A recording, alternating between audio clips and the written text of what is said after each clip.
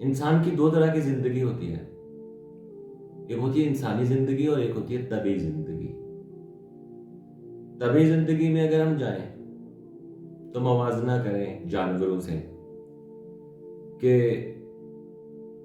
ایک بکری کے سامنے گھاس اور گوشت رکھ دیا جائے گا تو وہ ہمیشہ گھاس کی طرف جائے گی، وہ گوشت کی طرف دیکھے گی بھی نہیں۔ کیوں؟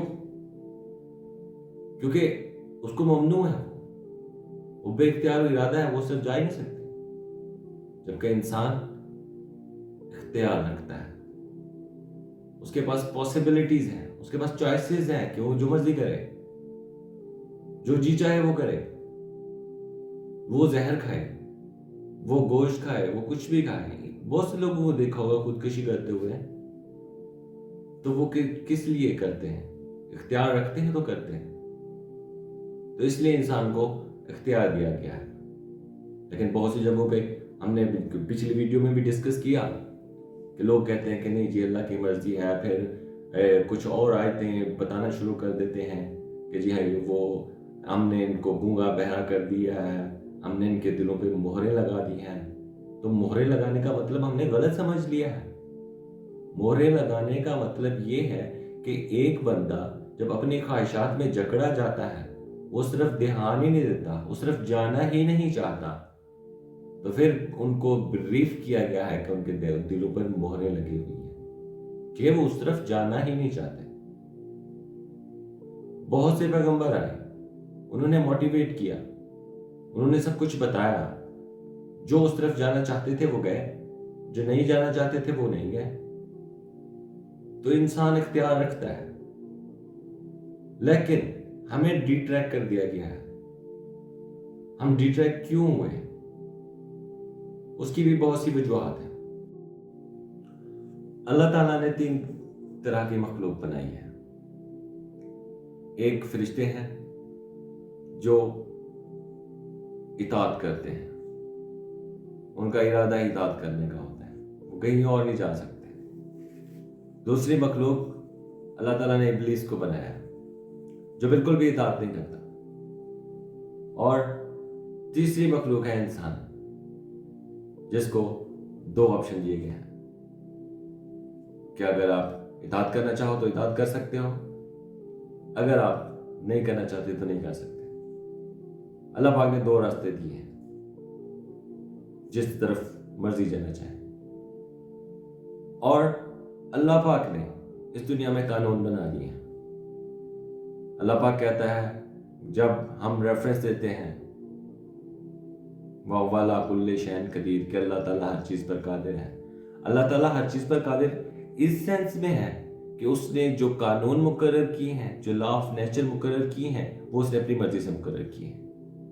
اب ایک لا آف نیچر ہے کہ اگر آپ آم کی گٹلی کو زمین میں ڈالتے ہیں تو اس سے آم کا درخت نکلتا ہے۔ یہ لا آف نیچر ہے، یہ اللہ تعالیٰ نے اپنی مرضی سے بنایا ہے، اس میں کوئی رد و بدل نہیں ہو سکتی، وہ اس چیز پر قادر ہے۔ اگر پانی کو ہم ڈالیں گے تو پانی ہمیشہ نشیب کی طرف ہی جائے گا۔ کیوں؟ یہ لا آف نیچر ہے، اس میں کوئی رد و بدل نہیں ہو سکتا۔ اسی طرح اللہ تعالیٰ نے مختلف قانون بنا دیے ہیں کہ اگر آپ یہ کرو گے تو آپ کو یہ ملے گا، اگر آپ یہ کرو گے تو آپ کو یہ ملے گا۔ اگر رزق کی تلاش کرو گے، جتنے اچھے کی تلاش میں جاؤ گے اتنا اچھا رزق ملے گا، اگر نہیں کرو گے تو فاقے کاٹنے پڑیں گے۔ اگر عزت کماؤ گے تو عزت ملے گی، اس کے لیے لا آف نیچر ہے۔ اللہ تعالیٰ نے ایک اچھے انسان کی قرآن میں کوالٹیز بیان کر دی ہیں۔ سچ بولو گے، ماں باپ کی فرما برداری کرو گے، اچھا اخلاق رکھو گے، یہ ساری چیزیں رکھو گے تو خود بخود عزت ملے گی۔ یہ اللہ تعالیٰ کے قانون ہے کہ ان چیزوں پہ عمل کرو گے آپ عزت پاؤ گے۔ اگر آپ جھوٹ بولو گے، دھوکا کرو گے تو ذلیل ہوگے، دنیا میں بھی ذلیل ہوگے، آخرت میں بھی ذلیل ہوگے۔ یہ لا آف نیچر ہے۔ اللہ پاک کسی سے جان بوجھ کے نہیں کرواتا، نہ اچھی چیزیں نہ بری چیزیں، یہ انسان کے اپنے اختیار میں ہے۔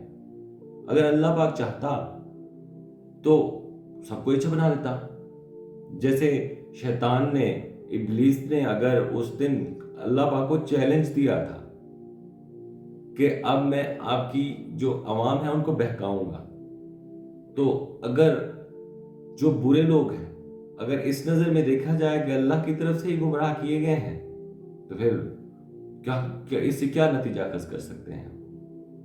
ایسے ہی بہت سارے منافقین اس دور میں کہتے تھے، ایون شیطان نے بھی یہی کہا تھا اللہ کو کہ جو کچھ کیا میں نے آپ کی وجہ سے کیا، تو وہ گمراہ ہو گیا۔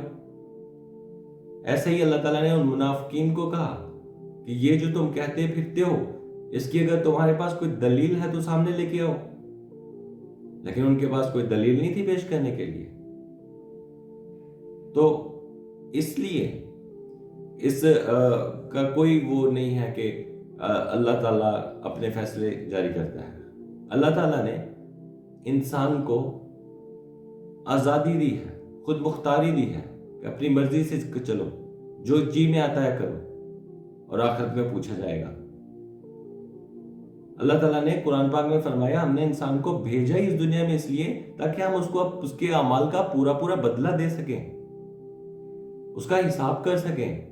ایسے تو نہیں ہوتا کہ ایک بندے کو میں ڈی ٹریک کروں، اس کو غلط چیزوں پہ چلاؤں اور ایٹ دا اینڈ میں اس سے پوچھ گچھ بھی کروں کہ ہاں بھائی تو نے غلط چیزیں کیوں کی۔